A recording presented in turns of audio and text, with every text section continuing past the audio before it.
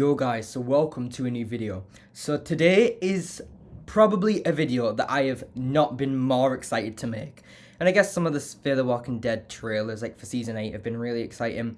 But this, I think, just, I couldn't wait to do this video. So, basically, I said a long time ago in a community post that I wanted to rewrite Fear the Walking Dead from 7 seasons like what Erickson wanted. And I am going to do that.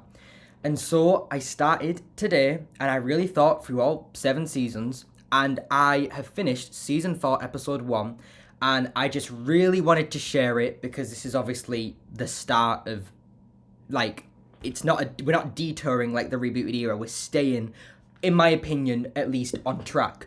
So, I'm really excited, so we'll talk about it. So, I'm going through my notes. Sorry, I've said like 10 times. I'm going through my notes, so it might sound a little bit jagged, but bear with me. I'll try and make it sound as clear as possible. This is basically what's going to happen. So, Season 4, Episode 1 is called Reina del Agua. And this is a Madison-focused episode. And Madison, or us, if I ever say so-and-so learns about Summit, we also learn about it too, but Madison learns about the secret colony hiding from the Proctors. So at the end of season 3, we saw some people running towards the water in the dam. That is basically the people from the colony. And everyone is shouting at Madison like Reina del Agua. And that basically just means water queen in Spanish, I think.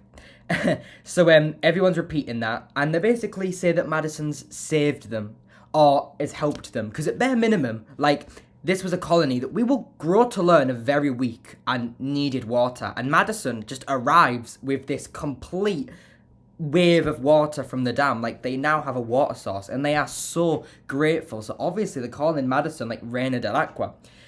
We meet the leader. Now, he is called Antonio. He's an adult. His age doesn't matter necessarily, though he's kind of young, so he's like 25. He's bold, determined, lacks some experience, but he is a natural born leader and is someone that I would believe would get the colony off to a good place, like the best that they could be.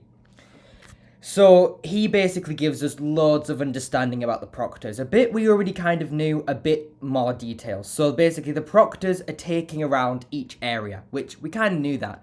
But they are getting closer to the area that we saw at the end of season 3 where the colony is. And it's only a matter of time before the Proctors take over this area and the colony is wiped out.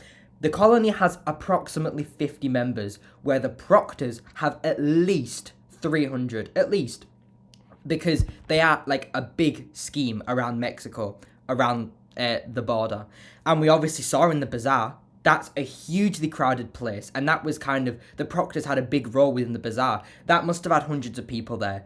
And of course, this is like the Proctors as a group. So there's loads of people. So we can only just say that there are a minimum of 300. There probably are more. But there's loads compared to the colony. So obviously the colony doesn't stand a chance. Madison asks if anyone has seen her kids. And then she remembers that Nick wanted to kill himself. Because obviously from the end of season 3, Nick blowing up the dam. And she then starts to cry because, she kind of forgot, she got knocked out in a way and then woke up and was hailed to be the water queen. And it's only when she's now put her thoughts to her kids and herself, when she kind of understands her surroundings a bit, that she remembers, Nick wanted to kill himself and it's terrible. And she's really upset about it because we all know that she has a softer spot for Nick than Alicia. But of course she does have a soft spot for both of her kids. And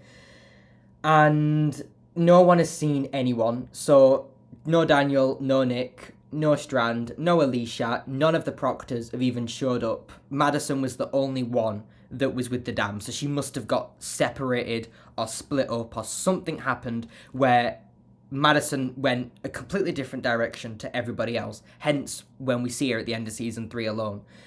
Antonio, grateful for what Madison has done, is willing to help in any way that he can to help Madison find her kids, even though the colony have their own problems.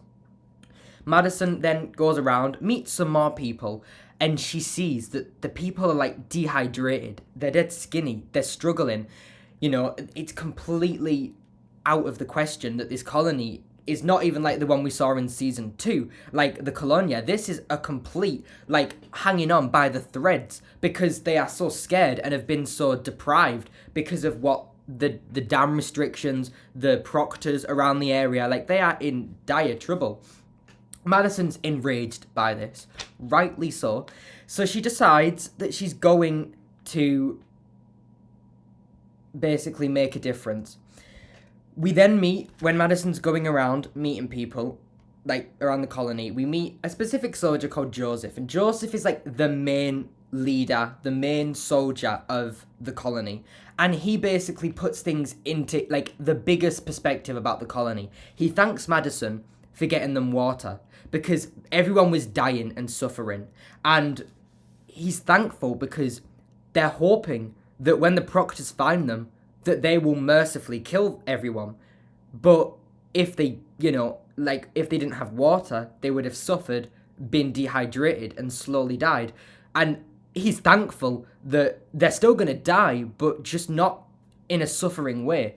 So all of this, Madison's personal problems with the proctor, her missing friends, her missing kids, this colony that are suffering, that are completely in a terrible state. Madison basically says that she's going to make a difference and she's going to kill Proctor John. And so Madison goes to Antonio at the end of the episode and she says that she's going to serve his head on a plate. And that is basically my rewritten season premiere of Fear the Walking Dead season 4 episode 1. I'm quite happy with that. I think that is so much better than anything that the rebooted era has given us.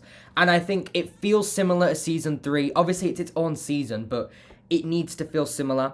And with all of this, I'm expecting to have a level of good production, good cinematography, good quality acting. The acting shouldn't be a question, because even in the rebooted era, like Alicia Debnam Carey, Frank Delane, Coleman Domingo, their acting was great. It wasn't bad or anything, so that's nothing to worry about. And I would expect this to be produced and the cinematography to all be up to the great standards, the music and everything up to the standards of the original 3 seasons.